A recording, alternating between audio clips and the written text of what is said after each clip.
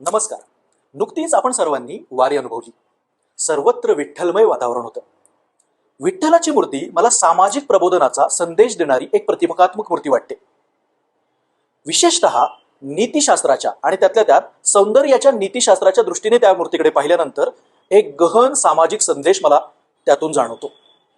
ज्या देशामध्ये सतत मला टोमणे ऐकावे लागतात, काळा काळी म्हणून हिनवलं जातं आणि त्या हिनवण्यातून निर्माण झालेला न्यूनगंड घेऊन मी माझं संपूर्ण आयुष्य व्यतीत करतो आणि त्या न्यूनगंडाचाच गैरफायदा मोठमोठे फेअरनेस ब्रँड घेऊन कोट्यावधीची उलाढाल करतात.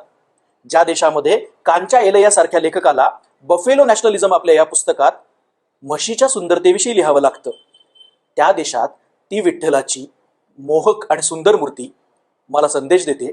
तुमच्या संकुचित सौंदर्याच्या धारणेतून बाहेर पडा आणि व्यापक सौंदर्य दृष्टी विकसित करा.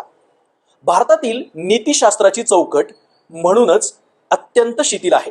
ती समजून घेणं म्हणूनच अवघड जातं आणि म्हणूनच किंबहुना उपेंद्र सिंग या इतिहासकार भारताला विरोधाभासाची संस्कृती म्हणतात, कल्चर ऑफ कॉन्ट्राडिक्शन.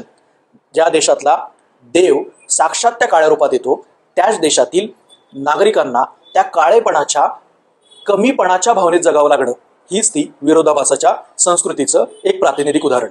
धन्यवाद.